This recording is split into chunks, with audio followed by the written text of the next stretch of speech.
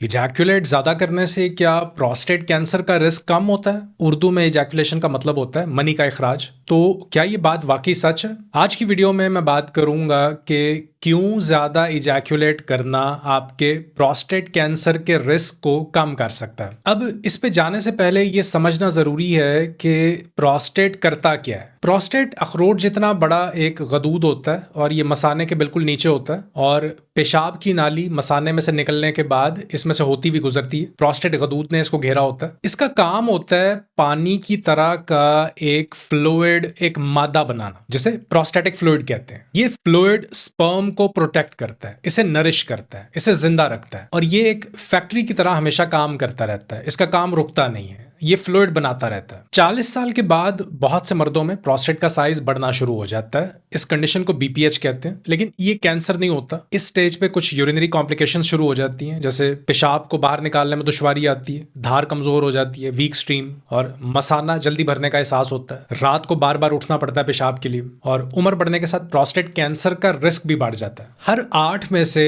एक मर्द prostate cancer के रिस्क पे होता है। तो इसलिए इस पॉइंट पे इजैकुलेशन फ्रीक्वेंसी का ये टॉपिक बहुत अहम हो जाता है, क्योंकि ये डायरेक्टली कनेक्टेड होता है प्रोस्टेट हेल्थ से। अब सवाल ये पैदा होता है कि ये मैटर क्यों करता है। इसको समझने के लिए एक थ्योरी है जिसे प्रोस्टेट स्टैग्नेशन हाइपोथेसिस कहते हैं। इस थ्योरी के मुताबिक जब आप रेगुलरली इजैकुलेट करते हैं तो आप दरअसल प्रोस्टेट को क्लियर कर रहे होते हैं। इन नालियों को अगर आप पाइप समझ लें तो ये पाइप्स क्लीन होती रहती हैं। आपका अपना पुराना cellular material, dead cells, toxins और इन्फ्लेमेटरी सब्सटेंसेस को बॉडी बाहर निकाल देती है। अदरवाइज ये प्रोस्टेट में जमा होते रहते हैं। तो इसे एक फिल्टर की सफाई से कंपेयर किया जा सकता है। एक फिल्टर जिसे रेगुलरली साफ किया जा रहा है तो ये मशीनरी बेहतर काम करती है, और जिसे ऐसे ही छोड़ दिया जाता है तो इसमें गर्दो गुबार जमा होता रहता है। और जब ये सब्सटेंसेस प्रोस्टेट टिश्यू में लंबे अरसे तक जमा रहते हैं तो सोजिश या इन्फ्लेमेशन बढ़ सकती है, या सेलुलर लेवल पे सेल्स में कुछ ऐसी तब्दीलियां हो सकती हैं जो कैंसर का रिस्क बढ़ा देती हैं। तो सवाल यह है कि कितनी बार इजैकुलेट करना चाहिए। इसका जवाब हमें एक बहुत ही अहम स्टडी में मिलता है जो कि यूरोपियन यूरोलॉजी में पब्लिश हुई है। इसमें हजारों मर्द शामिल हुए। इन्हें तकरीबन 20 साल तक यानी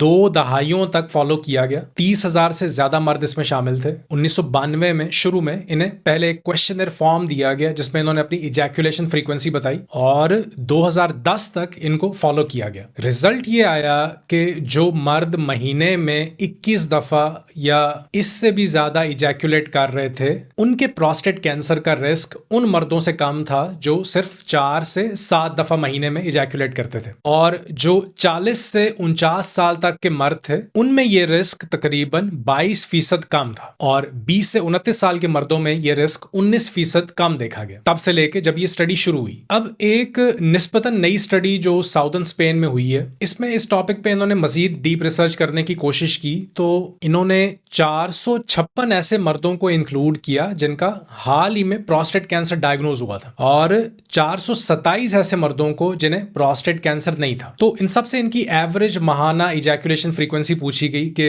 कितनी बार इजैकुलेट करते हैं, और इस इंटरव्यू से 1 साल पहले की भी फ्रीक्वेंसी नोट की गई। यहां जो दिलचस्प बात सामने आई वो ये कि जिन मर्दों में प्रोस्टेट कैंसर डायग्नोज हुआ उनकी 1 साल पहले इजैकुलेशन फ्रीक्वेंसी कम थी उन मर्दों की निस्बत जिन्हें प्रोस्टेट कैंसर नहीं था। वो कम इजैकुलेट कर रहे थे। तो अब मैं आपको नंबर्स देता हूं क्योंकि मुझे इन नंबर्स ने बहुत सरप्राइज किया। कैंसर वाले ग्रुप में सिर्फ 15% मर्द ऐसे थे जो महीने में 4 दफा या उससे ज्यादा इजैकुलेट कर रहे थे, जबकि जिन्हें प्रोस्टेट कैंसर नहीं था उस ग्रुप में यह नंबर 26% था। तो अगर हम इन मर्दों को कंपेयर करें तो जो कम इजैकुलेट कर रहे थे महीने में, उनमें प्रोस्टेट कैंसर का रिस्क 64% तक ज्यादा था। जो महीने में 3 दफा इजैकुलेट करते थे उनमें यह रिस्क 138% ज्यादा पाया गया, और जो बिल्कुल भी इजैकुलेट नहीं करते थे उनमें यह रिस्क सबसे ज्यादा था, 271%। इन दोनों का कनेक्शन आपस में ज्यादा एग्रेसिव एडवांस्ड प्रोस्टेट कैंसर के केसेस में और भी ज्यादा स्ट्रांग देखा गया, स्पेशली उन मर्दों में जिनमें यूरिनरी सिम्टम्स भी मौजूद थे